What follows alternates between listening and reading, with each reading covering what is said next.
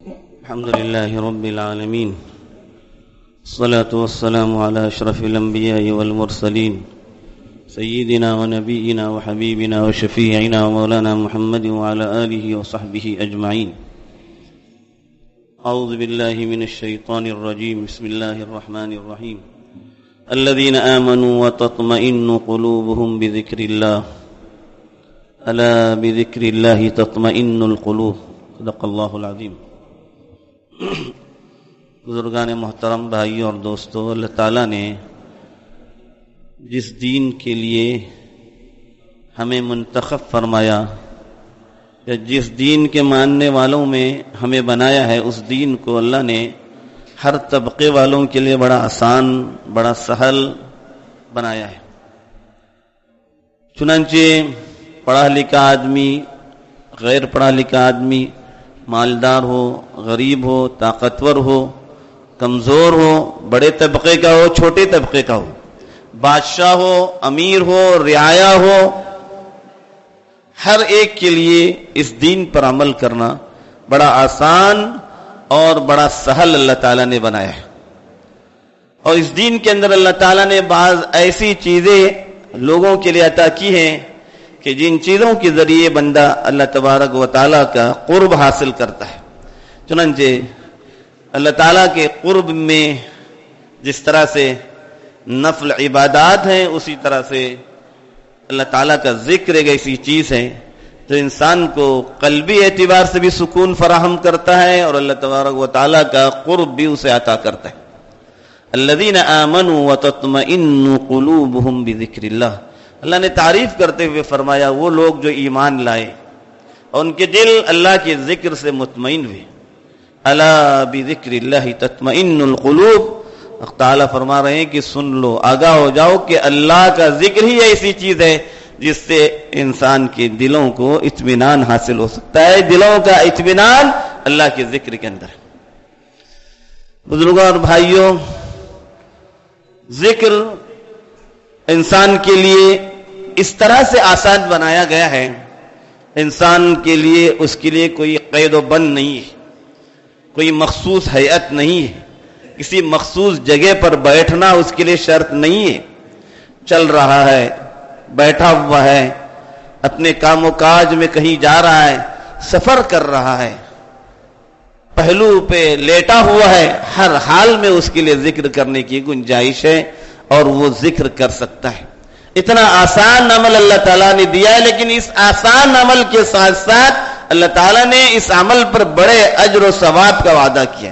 سب سے پہلی چیز جو بتائی گئی وہ انسان کے لیے دلوں کا سکون و اطمینان. انسان کے دل کو اگر سکون نہ ہو، کسی کام میں اس کو لطف نہ ہے، کوئی کام وہ اطمینان سے نہ کر سکے.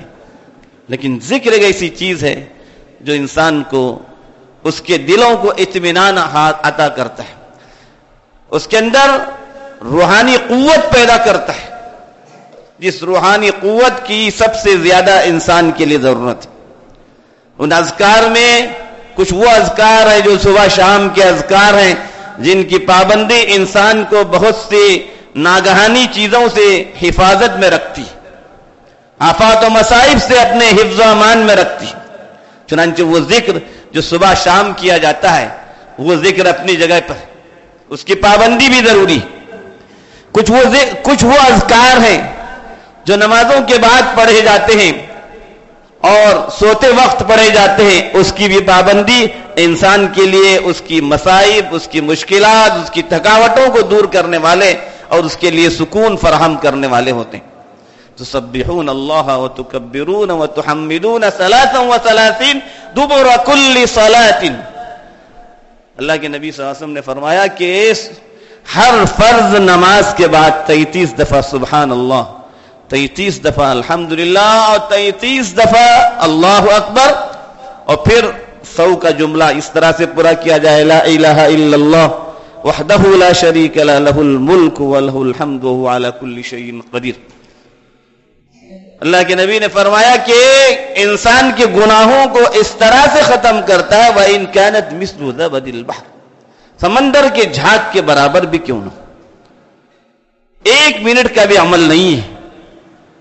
اور یہ عمل اتنا بلند عمل ہے. ایک دفعہ اللہ کے نبی صلی اللہ علیہ وسلم کے پاس کچھ غریب مساکین لوگ آئے اور اللہ کے نبی سے کہنے لگے اللہ کے نبی صلی اللہ علیہ وسلم یہ مالدار لوگ تو اجر لے اڑے, انہوں نے تو خوب اجر کمایا, اللہ نے ان کو پیسہ دیا ہے, وہ صدقہ و خیرات کرتے ہیں جس کی وجہ سے وہ خوب اجر پانے والے ہوتے ہیں. رسول اللہ صلی اللہ علیہ وسلم نے فرمایا کہ تم فرض نمازوں کے بعد یہ تسبیح پڑھ لیا کرو, تم ان سے آگے بڑھ جاؤ گے. یہی تسبیحات تھی جس کو بعض روایتوں میں تسبیحات فاطمی بھی کہا گیا ہے. آپ نے اپنی دختر لخت جگر حضرت فاطمہ کو جب انہوں نے گھر میں کسی خادم یا باندی کی مطالبے کو لے کر حاضر ہوئی تھی, آپ نے ان سے یہی کہا تھا کہ فرض نمازوں کے بعد اور رات میں جب سونے لگو تو یہ تسبیح پڑھ لیا کرو, تمہارے لیے خادم اور غلام سے بھی زیادہ بہتر ہے. اللہ تمہارے اندر وہ قوت و طاقت عطا کرے گا جو تمہیں خادم و باندی سے جو ہے اللہ تبارک و تعالیٰ تم کو غنی کر دے گا, تم کو اس کی ضرورت نہیں پڑے گی. ایک تو انسان کے لیے اخروی اجر اور دوسرے جگہ انسان کے لیے دنیاوی اجر اس کے اندر رکھے. ایک صحابی اللہ کے نبی صلی اللہ علیہ وسلم کے پاس آئے اور کہنے لگے اللہ کے نبی صلی اللہ علیہ وسلم دین کی باتیں خود اتنی زیادہ ہیں کہ کن کن چیزوں کو میں اختیار کروں کچھ سمجھ میں نہیں آ رہا, کوئی ایسی چیز بتا دیجئے جس پر میں پوری مداومت کروں اور پابندی کروں. اللہ کے نبی صلی اللہ علیہ وسلم نے فرمایا لا یزال لسانک رطبا من ذکر اللہ, تیری زبان ہمیشہ اللہ کے ذکر سے طاری رہے. انہوں نے کہا تھا ایسی چیز بتائیے اس کو مضبوطی سے پکڑے رہوں. نبی صلی اللہ علیہ وسلم نے فرمایا کہ اللہ کے ذکر سے تیری زبان ہمیشہ تر رہے, اس کی کوشش کرنا. بزرگوں اور بھائیوں, یہ تسبیحات, یہ ذکر و اذکار, اس کی کمی ہونے کی وجہ سے ہم اپنے اندر جو ہے خود محسوس کر سکتے ہیں کہ ہم کتنے دور ہوتے جا رہے ہیں. حالانکہ یہ اذکار انسان کو اللہ کا قرب عطا کرنے والے ہوتے ہیں. 4 کلمات اللہ کے نبی صلی اللہ علیہ وسلم نے فرمائے کہ اس کے مثل کوئی چیز نہیں. سبحان اللہ, الحمدللہ, لا الہ الا اللہ, اللہ اکبر. یہ 4 کلمات جہاں سے بھی شروع کرو, آگے پیچھے کہیں سے بھی شروع کرو, اللہ کے نبی صلی اللہ علیہ وسلم نے فرمایا لا یضرک بأیہن بدأت, کہاں سے بھی شروع کرو کوئی فرق نہیں پڑتا. یہ 4 کلمات, اس کا مثل کوئی نہیں ہے. اور بعض روایتوں میں ایک صحابی ایک اعرابی آئے تو آپ نے ان کو یہ کلمات بتلایا تو انہوں نے کہا اللہ کے نبی یہ تو اللہ کے لیے, میرے لیے کیا اس میں؟ کہا کہ اس کے بعد اللہم اغفر لی پڑھو, اللہم ارحمنی پڑھو, اللہ تبارک و تعالیٰ تمہاری مغفرت بھی کر دے گا, تم پر رحم بھی فرما دے گا. صبح شام جو ہے ان تسبیحات کے پڑھنے کا اللہ کے نبی صلی اللہ علیہ وسلم نے حکم دیا. ایک حدیث میں اللہ کے نبی صلی اللہ علیہ وسلم نے فرمایا من قال سبحان اللہ وبحمدہ 100 مرہ, سبحان اللہ وبحمدہ 100 دفعہ روزانہ جو پڑھے گا اس کے گناہوں کو اللہ تعالیٰ کس قدر بھی گناہ کیوں نہ اللہ بخش دیں گے, اگرچہ کہ سمندر کے جھاگ کے برابر بھی اتنے زیادہ گناہ کیوں نہ ہو اللہ تعالیٰ معاف کر دیں گے. مختلف اذکار کے تعلق سے اللہ کے نبی صلی اللہ علیہ وسلم نے امت کی رہنمائی فرمائی.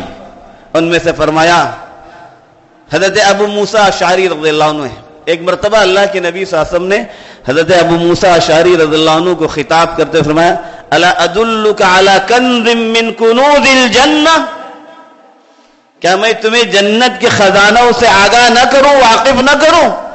قلت بلا یا رسول اللہ, اللہ کے نبی صلی اللہ علیہ وسلم ضرور.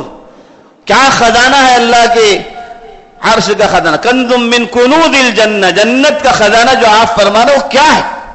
لا حول ولا قوت الا باللہ. یہ کلمہ کتنا آسان ہے انسان کے لیے ادا کرنے میں. فرمائے جنت کے خزانوں میں سے آدمی اس کی پابندی کرے, چلتا پھرتا اٹھتے بیٹھتے آدمی ان اذکار کو, بڑے بڑے آسان اذکار. ایک حدیث میں اللہ کے نبی صلی اللہ علیہ وسلم نے فرمایا کلمتان خفیفتان علی اللسان ثقیلتان فی المیزان حبیبتان الی الرحمن. 2 بول ہیں, 2 کلمے, صرف 2 جملے ہیں. فرمایا زبان میں ادا کرنے کے لیے بڑے ہلکے پھلکے, کوئی مشکل نہیں ادائیگی اس کی. اور اللہ کے میزان میں ترازو میں جب اعمال تولے جائیں گے سب سے زیادہ وزنی ہے یہ کلمات. اور پھر اس کی تیسری فضیلت آپ نے فرمائی حبیبتان الی الرحمن، اللہ کو بہت محبوب و پسندیدہ ہے. 2 کلمے، کتنی فضیلتیں اللہ کے نبی نے بتلائی کہ ادائیگی کے لحاظ سے تو بڑے آسان ہیں زبان پر، اور میزان اعمال میں سب سے زیادہ وزنی، ترازو میں سب سے زیادہ وزن کرنے والے کوئی کلمات ہیں تو یہ ہیں، اور اللہ کو بھی پسند ہے یہ سب سے زیادہ. سبحان اللہ و بحمدہ سبحان اللہ العظیم، یہ 2 جملے اس کے پڑھنے پر کتنا اجر و ثواب اللہ تعالیٰ دیں گے. امام بخاری رحمۃ اللہ علیہ نے اپنی کتاب کا اختتام اسی حدیث پر فرمایا کہ اتنا آسان انسان کے لیے زبان پر ادائیگی آسان، چلتے پھرتے آدمی پڑھ سکتا ہے، کوئی مشکل نہیں. گاڑی ڈرائیونگ کر رہا ہے پڑھتے ہوئے جا رہا ہے، زبان پر ذکر جاری ہے، آدمی کے زبان پر ذکر جاری ہو. اللہ کے نبی صلی اللہ علیہ وسلم معراج میں تشریف لے گئے تھے. سیدنا ابراہیم علیہ السلام سے ملاقات ہوئی. واپسی پر حضرت ابراہیم علیہ السلام نے فرمایا اپنی امت کو میرا سلام کہنا، امتیوں کو میرا سلام کہنا اور بتلانا کہ جنت وہ خالی زمین ہے، چٹیل میدان ہے جنت کی زمین، اور وہاں پر جو لگائے جائیں گے درخت وہ اللہ کی تسبیح و تحمید ہیں. سبحان اللہ الحمدللہ، یہ کلمات جب آدمی ایک دفعہ سبحان اللہ کہہ دیتا ہے اللہ وہاں پر جنتی کے لیے ایک درخت لگا دیتا ہے جنت، وہاں سے وہ پھل کھائے گا. بزرگوں اور بھائیوں، بڑے آسان کلمات، بڑا آسان، اللہ نے ذکر کو بڑا آسان بنایا اور ذکر کے ذریعے اس کو بڑی بلندی عطا کی. سب سے پہلے اپنا قرب عطا کیا، اس کے دل کو اطمینان قلب عطا کیا، اس کو سکون عطا کیا، اس کے لیے میزان حسنات میں نیکیوں کے ترازو میں اس کو جو ہے وزنی اور بھاری بنایا، اور ہر اعتبار سے اللہ تعالیٰ نے ذکر کرنے والوں کو مالا مال فرمایا. تو آدمی کو ادھر ادھر کی گفتگو میں اپنے وقت کو ضائع کرنے کے بجائے اپنے لیے کچھ وقت فارغ ایسا بھی کرنا چاہیے ذکر کے. صبح شام کے اذکار کی بھی پابندی ہو، رات کے وقت سوتے وقت جو اذکار ہے اس کی بھی پابندی ہو، اور جو عام اوقات میں پڑھے جانے والی دعائیں ہیں، استنجا کے لیے جا رہے ہیں، باہر آ رہے ہیں، کپڑا پہن رہے ہیں، کپڑا اتار رہے ہیں، مسجد میں داخل ہو رہے ہیں، مسجد سے نکل رہے ہیں، کھانا شروع کر رہے ہیں، کھانے سے فراغت کے بعد جو دعائیں آئی ہیں یہ بھی اذکار. ان اذکار کو آدمی پابندی سے پڑھتا رہے. صبح کے اوقات میں فجر کے اذان کے بعد سے لے کر صبح کے وقت جو آدمی ان اذکار کی پابندی کرے اور شام کے اذکار کی پابندی کرے، کتنی اس کے لیے حفاظت کا ذریعہ بن جاتا ہے. اور پھر فرض نمازوں کے بعد اتنا آسان ذکر جس کے لیے کوئی وقت بھی نہیں لگتا. یہ نہیں کہ سلام پھیر دیا دوسرا سلام مسجد کے دروازے پر ہو رہا ہے، یہ کوئی شرافت کی باتیں نہیں ہے. مسجد میں سب سے آخر میں پہنچ کر کے سب سے پہلے نکلنا یہ کوئی شرافت کا کام نہیں ہے، اچھائی کا کام نہیں ہے. اچھائی تو یہ ہے کہ مسجد میں پہلے پہنچا جائے، آخر میں مسجد سے نکلا جائے. یہ وہ جگہ ہے جہاں پر اللہ کی رحمتیں برستی رہتی ہیں، اللہ کے فرشتے بیٹھے ہوئے لوگوں کے لیے دعائیں کرتے رہتے ہیں. اللہم اغفر لہ اللہم ارحمہ. مسجد میں بیٹھا ہے آدمی، باوضو بیٹھا ہے، اللہ کا ذکر کر رہا ہے، دعا کر رہا ہے، تسبیحات پڑھ رہا ہے، نمازوں میں مشغول ہے، کسی کام میں مشغول ہے. اللہ کے فرشتے اس آدمی کے لیے دعا کرتے رہے، اللہ اس بندے کی مغفرت فرما، اللہ اس بندے پر رحم فرما. مسجد میں بیٹھا ہوا اس کے لیے دعا ہے، مسجد سے نکلنے والے کے لیے دعا نہیں. مسجدوں میں اول وقت میں پہنچ کر کے عبادتوں میں ذکر و اذکار میں اپنے آپ کو مشغول رکھا جائے. فرض نمازوں کے بعد کے اذکار کی پابندی، دوسرے تمام اذکار کی پابندی، یہ ہمارے لیے اللہ کے قرب کا اور اللہ سے جو ہے اپنے تعلق کو بڑھانے والی چیزیں ہوں گی. اللہ سے دعا ہے کہ اللہ تعالیٰ ہمیں ان باتوں کی صحیح سمجھ عطا فرمائے. ایمان کے ساتھ اپنے وقت پر ہم سبوں کو ایمان. ویڈیو کے نیچے سبسکرائب کے بٹن پہ کلک کریں، بیل کے آئیکن پہ کلک کیجئے تاکہ ہر نئی ویڈیو کی نوٹیفیکیشن آپ کو مل جائے.